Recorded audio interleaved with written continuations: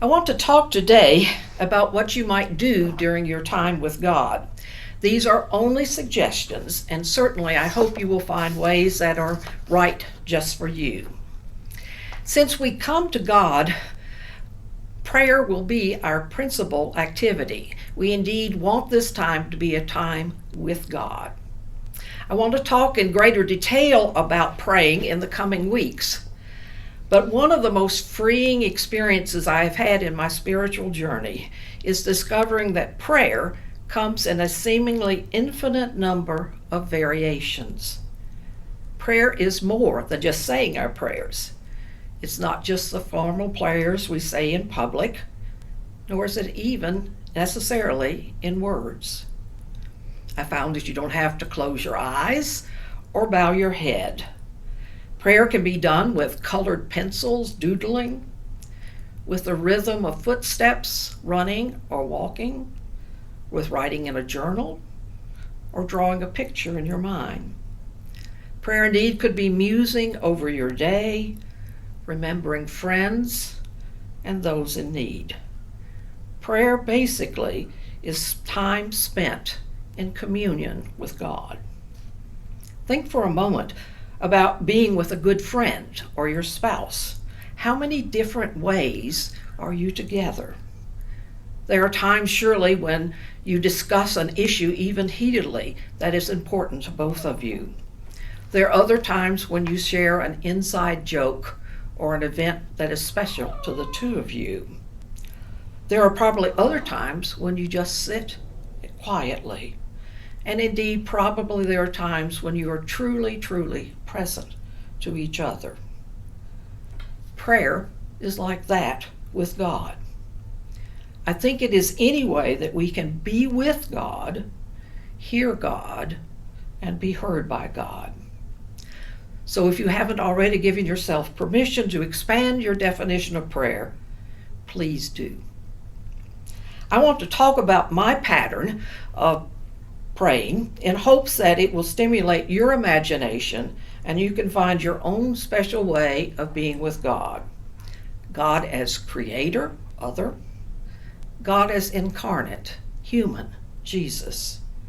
God as spirit, within and all around. I begin my time by centering. I try to put myself as much as possible in the space where I am. I become aware of my breath, my surroundings, my body. I then invite God to be with me. If I want to talk with someone who really understands me, I ask Jesus to come. If I want to entreat God to show me the way through that which holds me, I ask for God, the Creator, the one who is active in the world today. If I need the comfort of knowing I am held and loved, I call on the Spirit to wrap their arms around me. I sometimes use a line from the psalm to begin.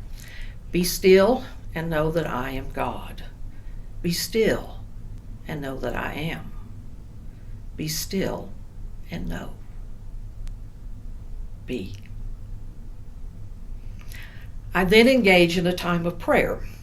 I usually tell God all the things that God needs to be about, all the problems I think God should solve, and often the way I think they should be done. I go on and on until I have nothing more to say. I don't censor. I don't use special words. I just assume, or perhaps presume, on God's love. I am open and as honest as I can be. When I run out of things to say, I try to be quiet and listen. Sometimes I read a portion of scripture and ponder it, journal about it. And when I sense the time is up, I give thanks and leave. You may want to adopt a ritual to punctuate the time by beginning lighting a candle or kneeling. Unlock your hands and arms to welcome God's presence. End by blowing out the candle or bowing. Sometimes I just close my journal and say goodbye. I do hope you will spend this week finding meaningful ways to be with your Lord.